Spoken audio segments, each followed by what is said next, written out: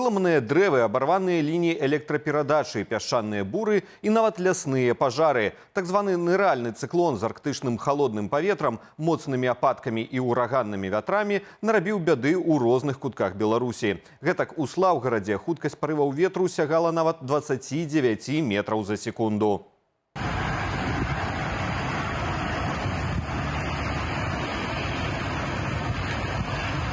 Юном месяце апреля.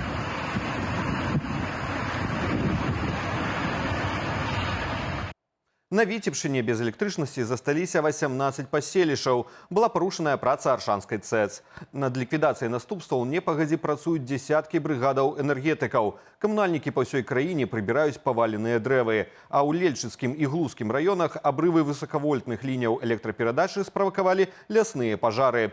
Змагаліся з агнём у лесе і ратавальнікі на Піншыне. Там полымя ахапіла звыш 50 гектараў тэрыторыі.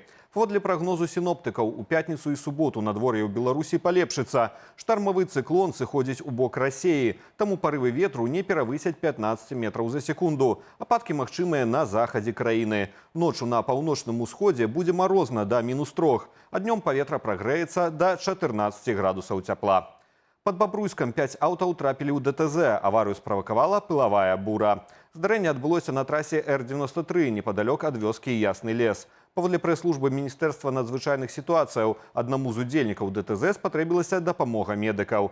Дзяржаўтаінспекцыя нагадвае, пры пагаршэнні бачнасці на дарозе кіроўцы мусяць зніжаць хуткасць да мінімуму, пазбягаць рэзкіх манеўраў і павялічваць дыстанцыю. Калі падымаецца пыл, варта ўключаць бліжняе святло.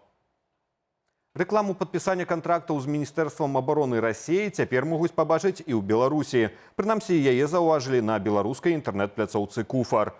Пра адыёзную рэкламу ў дадатку «Куфару» паведаміў карыстальнік сасеткі «Трэц». Ён апублікаваў скрыншот таргету і запытаўся ў іншых карыстальнікаў, як яны ставяцца да такой рэкламы. Пост набраў 200 каментароў, у тым ліку ад афіцыйнага акаунту інтэрнэт-пляцоўкі. Добрый дзень. Рэклама такога тыпу і тэматыкі ў нас заблакаваная. Яна не павінна была адлюстроўвацца. Мы працуем з рэкламнымі сеткамі, дадаем тэматыкі, што могуць быць цікавыя нашым карыстальнікам. Таму цяпер разбіраемся, з якіх прычынаў абвестка прайшла мадэрацыю ў сетках і прымаем захады. Пазней кампанія дала больш падрабязнае тлумачэнне. Маўляў, рэклама распаўсюджваецца сеткаю расейскага Яндексу. І нягледзячы на тое, што яна не звязаная з беларускім рэсурсам, усё роўна прасочваецца ў выглядзе кантэкстнай рэкламы. Яшчэ дзве краіны заявілі пра гатовасць далучыцца да спецыяльнага трыбуналу аб злачынстве агрэсіі супраць Украіны. Пра гэта паведаміў Павел Латушка, які цяпер на сесіі парламенцкай асамблеі Рады Еўропы. Буквально в последние дни о своем желании присоединиться к созданию спецтрибунала заявили Австрия, Коста-Рика и Финляндия.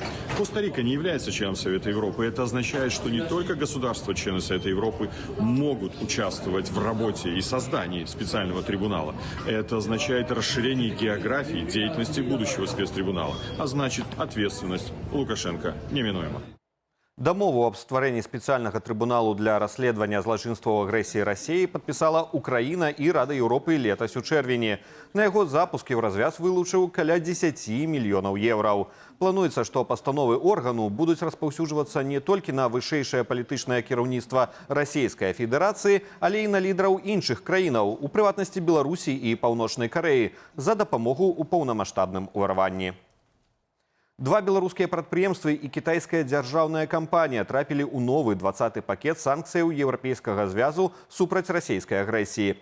Новы набор абмежаванняў наносіць удар па даходах ад энерганосьбітаў, вайскова-прамысловым комплексе, гандлі і фінансавых паслугах, уключна з крыптавалютамі.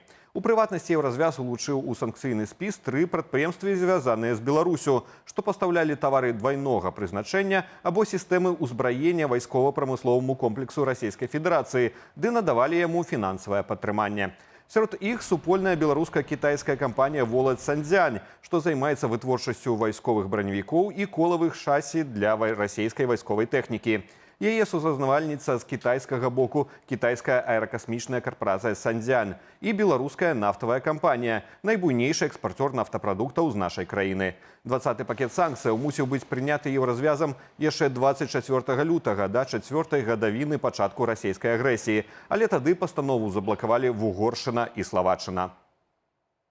Ці здолее 20-й пакет санкцыяў значна паўплываць на расійскія нафтавыя доходы ды ВПК краіны-агрэсаркі і як новыя абмежаванні адаб'юцца на эканоміцы Беларусі. У эфіры студыі Белсат паразважала прадстаўніца аб'яднанага пераходнага кабінету ў эканоміцы і фінансах Аліса Рыжыченка.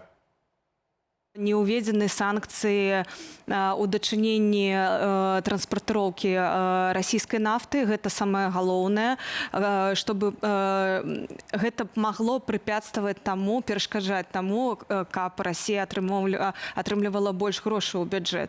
У дачыненні Беларусі гэта не тыя санкцыі, якія насамрэч маглі бы быць паспяховымі і усур'ёз паўплываць на ваенна-прамысловы комплекс Беларусі. Таму што ўсё роўна застаюцца дзіркі, калі Беларусь можа атрымліваць еўрапейскія тавары з іншых краін праз трэція краіны. І вернемся да рэгіянальных навінаў. У Віцебску падчас рэйдаў па праблемных кватэрах работнікі пракуратуры і органаў унутраных справаў выявілі 160 прытонаў, паведамляе выданне «Віцебскія весці». Уладальнікі кватэраў сістэматычна аддавалі свае кватэры іншым людзям для распівання алкагольных напояў. Усё гэта суправаджалася антысанітарыяй, скаргамі суседзяў. У выніку з асобамі схільнымі да асацыяльнага ладу жыцця правядуць прафілактычную працу, а адміністрацыю Першамайскага раёну Віцебску абавяжуць прывесці жытло ў парадак. У Пінску ў дарожна-транспартавым здарэнні загінуў 13-гадовы школьнік. Падлетка, які рухаўся на самакаце, збіла аўта. Хлопчык ехаў на электрасамакаце па вуліцы 60 гадоў кастрычніку. У момант, калі ён няспешна перасякаў дарогу па пешаходным пераходзе, яго збіў 39-гадовы кіроўца «Мерседесу». У выніку ДТЗ падлетак загінуў. На месцы здарэння працавалі работнікі ДАІ, а таксама следча-аператыўная група. Сапраўдны бэйбі-бум у гарадзенскім заапарку. Там другі раз за красавік папаўненне адбылося сярод еўрапейскіх муфлонаў, дзікіх парнакапытных жывёлінаў, найбліжэйшых родзічаў вядомых нам баранчыкаў і авечак. Першыя самастойныя крокі малышкі, што атрымала мянушку «Мока», без каментара.